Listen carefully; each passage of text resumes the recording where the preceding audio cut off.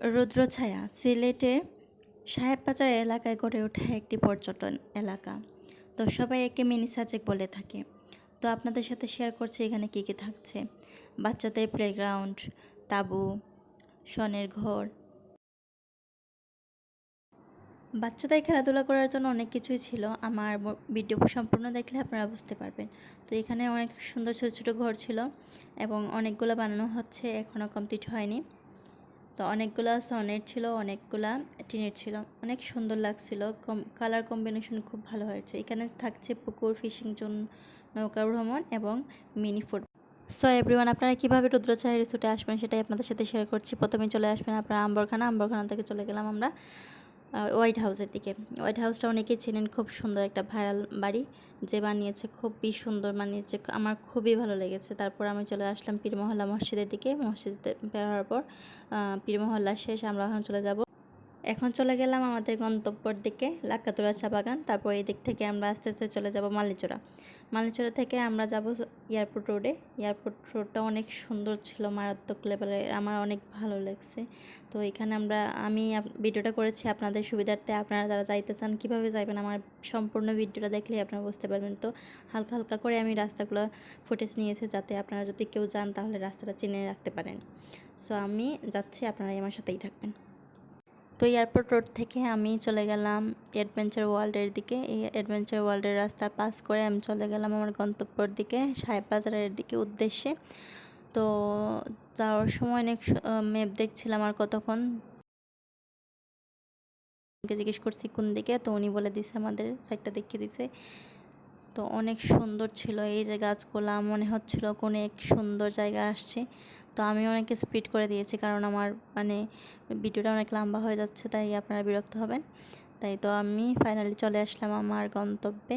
So এই যে আমাদের সেই রুদ্রছায়া। তো আমি রুদ্রছায়ার মধ্যে এন্ট্রি করে নিব, দেখবো আমাদের রিসোর্টটা কেমন। সো আমি হালকা হালকা তো ফুটেজ দেখেছিলাম। তো গেটে আসার পরে একজন লোক দেখিয়ে দিয়েছে আরও ভিতরে যাওয়ার জন্য। তো এই যে আসলাম, ফাইনালি আমরা চলে আসলাম আমাদের গন্তব্যে। তো এখানে পার্কিং করতেছি, পার্কিং করে আমরা উপর দিকে চলে যাব। রুদ্রছায়া আসলে অনেক সুন্দর জায়গা। সো আপনারা যারা আসেন নাই তাড়াতাড়ি চলে আসেন, এত সুন্দর একটা জায়গা। সো আমার মাইন্ডটা ফ্রেশ হয়ে গিয়েছিলো।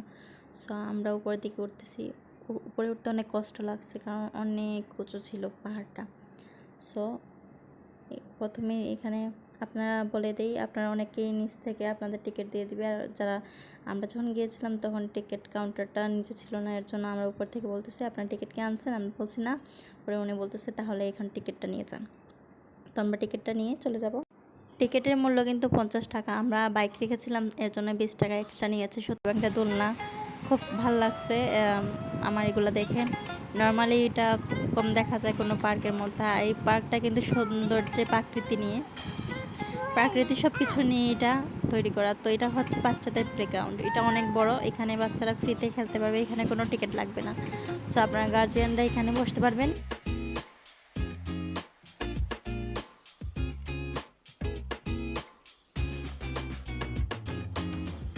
এটা হচ্ছে খুবই স্পেশাল, বিকজ এটা একটা কেটলি। কারণ এখন খুব কমই দেখা যায় কেটলি, এইভাবে কেউ কেটলিতে চা খায় না, আগে সবাই খাইতো। তো এখানে রাখা ছিল কয়েক টুকরা বাঁশের টুকরা অ্যান্ড পানির ব্যবস্থা, আপনারা অনেকে চা রান্না করে খাইতে পারবেন। এখানে ছিল দোলনা, আমি অনেকক্ষণ দোল খাইছি। অনেকগুলো দোলনা আছে, আপনারা কেউ দোলনার জন্য মারামারি করতে হবে না। অনেক জায়গায় গেলে আপনারা অনেকেই দোলনা তুলতে চান বাট পারেন না, বাট এখানে এরকম কোনো কিছুই না। এখানে অনেকটাই দোলনা আছে, আপনারা সবাই তুলতে পারবেন। সো অনেক সুন্দর, ওভারঅল আমার অনেক ভালো লাগছে। এখানে আমাদের পুকুর, ফিশিং জোন আপনার তো আগে বলে দিয়েছি কী কী ছিল। সো আমি ভালো করে ঘুরে ঘুরে দেখাচ্ছি। এই যে আমার মেয়ে, আমার হাজব্যান্ড, এরা দোল খাচ্ছে। এরা তো আমার থেকেও বেশি দোল খাইছে। আমি ভিডিও করতেছিলাম, আমি বুঝেছিলাম, আর এরা খুব দোল খাইছে। এরা তো খুবই এনজয় করছে, আমার থেকেও বেশি এনজয় করছে, বিকজ আমি ভিডিও নিয়ে বুঝেছিলাম।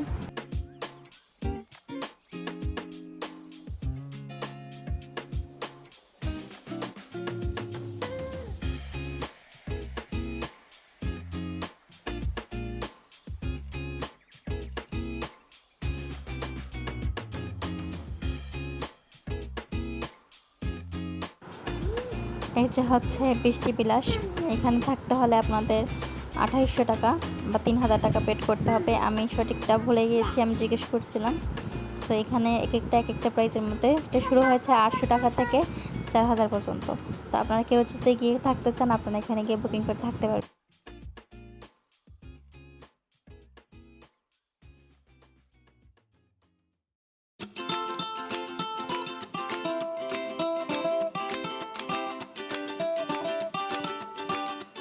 এখন চলে আসলাম জলযোছনা। এটা অনেক সুন্দর ছিল, সবচেয়ে সুন্দর ছিল এই জলযোছনা।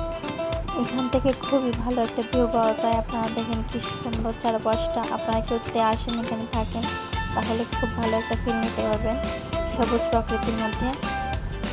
এখন যাচ্ছি সেই মিনি সাজেকের মধ্যে। এখান থেকে নাকি সুন্দর একটা ভিউ পাওয়া যায়। এই ব্রিজটার কারণেই সবাই বলে এটা মিনি সাজেক। তো দেখি এখানে উপর থেকে কী দেখা যায় ভালো করে।